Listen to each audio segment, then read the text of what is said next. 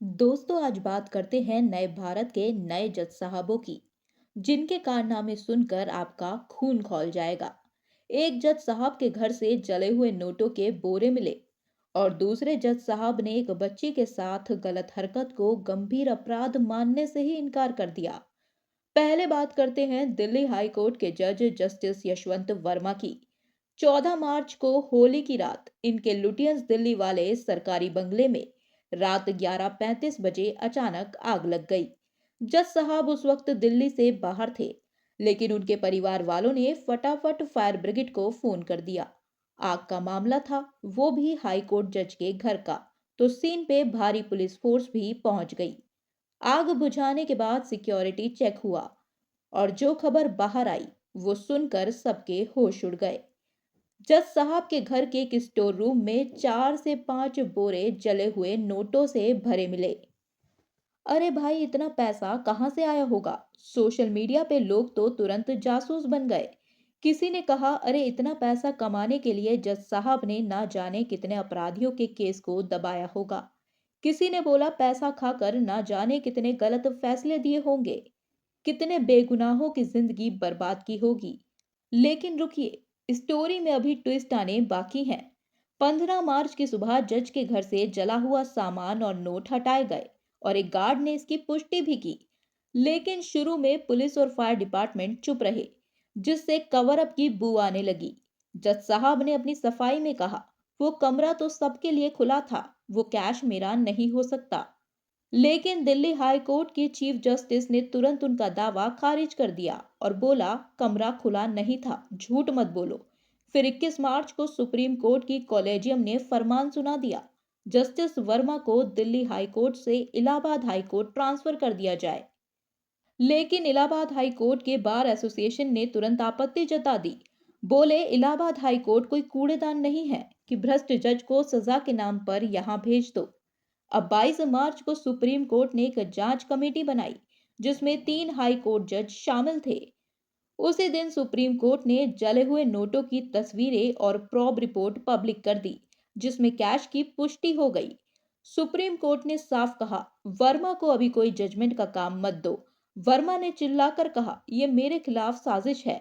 लेकिन supreme court ने सवाल उठा दिया कि यह कैश आया कहां से। अब जज साहब की बोलती बंद। लेकिन रुकिए, 23 मार्च को एक नया ट्विस्ट आया। सैनिटेशन वर्कर्स ने बताया कि उन्होंने जज साहब के घर के पास कचरे में जले हुए 500 रुपए के नोट के टुकड़े पाए। अरे भाई, पहले घर के अंदर और अब बाहर कचरे में भी नोट। ये तो साफ लग रहा है कि सबूत मिटाने की कोशिश हुई है। 24 मार्च तक दिल्ली पुलिस ने कोई एफआईआर तक नहीं की, बस प्रारंभिक जांच शुरू की। जांच कमेटी ने फॉरेंसिक रिपोर्ट मांगी और इलाहाबाद बार एसोसिएशन ने फिर बयान दिया, हम वर्मा को स्वीकार नहीं करेंगे, चाहे जांच का नतीजा कुछ भी हो। हम धरने पर बैठेंगे और सरकार से हस्तक्षेप करने की मांग करेंगे। अब सवाल ये है, पीएम मोदी तो करप्शन के खिलाफ जीरो टॉलरेंस की बात करते हैं ना, फिर इस जज को अब तक इम्पीच क्यों नहीं किया गया, सिर्फ ट्रांसफर क्यों? लोग तो ईडी सीबीआई जांच और महाभियोग की मांग कर रहे हैं। अरे भाई, अगर कोई विपक्ष का नेता होता तो अब तक ईडी सीबीआई आईटी सब रेड डाल चुके होते। लेकिन यहाँ तो बस ट्रांसफर। ट्रांसफर से क्या होगा? जो करप्शन यहाँ कर रहे थे वही वहां जाकर करेंगे। ये तो जनता को बेवकूफ बनाने का तरीका है। सरकार की ये हिपोक्रेसी नहीं तो और क्या है। अब दूसरे जज साहब की बात करते हैं। इलाहाबाद हाई कोर्ट के जस्टिस राम मनोहर नारायण मिश्र। इन्होंने एक केस में कहा, लड़की के प्राइवेट पार्ट को पकड़ना, उसके पैजामे का नाड़ा तोड़ देना, उसे खींचकर पुलिया के नीचे ले जाने की कोशिश करना, ये गंभीर अपराध की कोशिश नहीं माना जा सकता। अरे भाई, ये क्या सुन लिया हमने? जज साहब का कहना है कि ऐसे अपराध की कोशिश का आरोप लगाने के लिए ये साबित करना होगा कि मामला तैयारी से आगे बढ़ चुका था। मतलब तैयारी और असली कोशिश में फर्क है। तो क्या जज साहब को लगता है कि कोई लड़का जो एक 11 साल की बच्ची के प्राइवेट पार्ट को पकड़ रहा है, उसका नाड़ा तोड़ रहा है, उसे पुलिया के नीचे खींच रहा है, वो उस बच्ची को अपनी बहन बनाना चाह रहा था? गंभीर अपराध की कोशिश तो बिल्कुल भी नहीं कर रहा था, है ना? अरे वाह, क्या लॉजिक है जज साहब का। इस केस की डिटेल सुनो। 10 नवंबर 2021 को कासगंज में एक 11 साल की बच्ची अपनी मां के साथ अपनी बुआ के घर से लौट रही थी। रास्ते में दो लड़के आकाश और पवन ने उसे लिफ्ट के बहाने रोक लिया। फिर आकाश ने उस बच्ची के प्राइवेट पार्ट को पकड़ा, उसका नाड़ा तोड़ दिया और उसे खींचकर पुलिया के नीचे ले जाने की कोशिश की।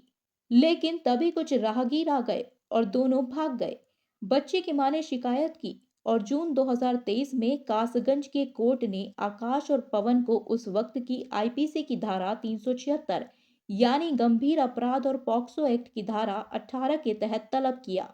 वैसे अब तो आईपीसी की जगह भारतीय न्याय संहिता यानी बीएनएस लागू हो चुकी है। लेकिन ये केस 2021 का है, तो उस वक्त आईपीसी ही था।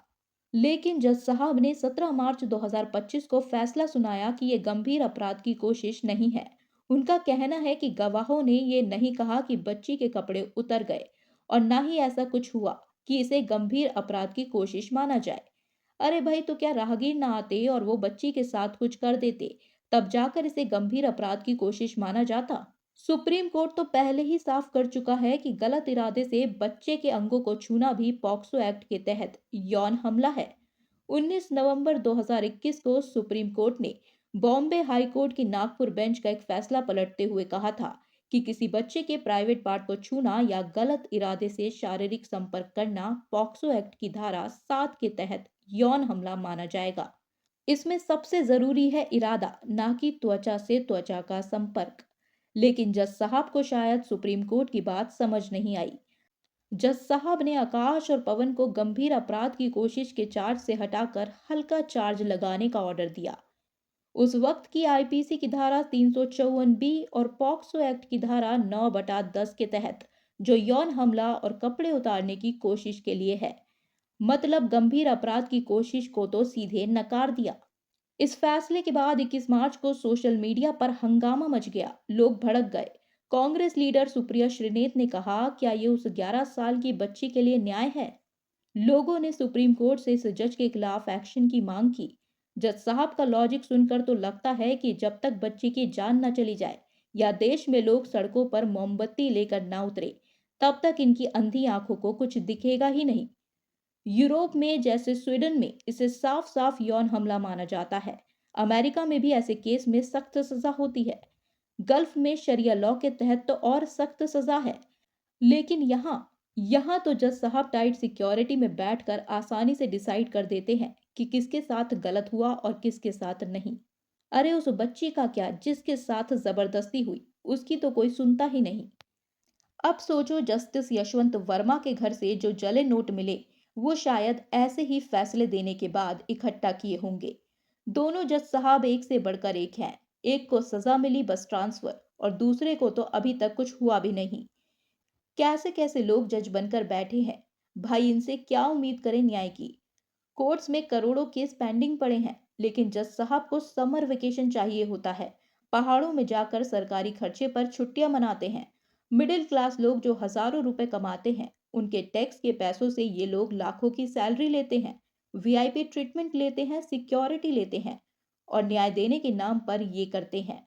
और जब पकड़े जाते हैं तो क्या मिलता है? बस ट्रांसफर।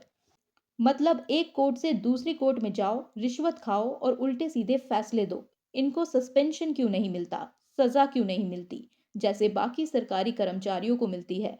कोर्ट खुद इन्हें बचाने में क्यों लग जाता है? क्या इस देश में जज को कानून तोड़ने की सजा कभी नहीं मिलेगी? और ये कोर्ट का सिस्टम भी तो देखो। लोअर कोर्ट में एक फैसला आता है, हाई कोर्ट में उसे चैलेंज करो तो दूसरा फैसला आता है, फिर सुप्रीम कोर्ट जाओ तो वो हाई कोर्ट का फैसला ही पलट देता है। अरे भाई, ये कोई मजाक है क्या पीड़ितों के साथ? सोचो, अगर लोअर या हाई कोर्ट के फैसलों को सुप्रीम कोर्ट में चैलेंज ना कर पाते, तो ना जाने कितने बेकसूर लोग जेल में सड़ रहे होते और कितने गुनहगार बाहर खुला घूम रहे होते। लेकिन क्या सुप्रीम कोर्ट कभी एक्शन लेता है उन जजों पर जिन्होंने गलत फैसले दिए? कभी कोई जांच कमेटी बनती है? नहीं ना। मीडिया और सरकार से तो उम्मीद खत्म हो ही चुकी थी। अब कोर्ट का भी यही हाल है। क्या आपको नहीं लगता कि हमारा देश अब बनाना रिपब्लिक बन चुका है? आपकी क्या राय है, कमेंट में बताओ। प्लीज इस वीडियो को लाइक और शेयर करें, ताकि ऐसे जजों की पोल खुल सके। ऐसे और पॉडकास्ट के लिए चैनल को सब्सक्राइब करना ना भूलें और बेल आइकन भी दबा दें। Thanks and keep watching.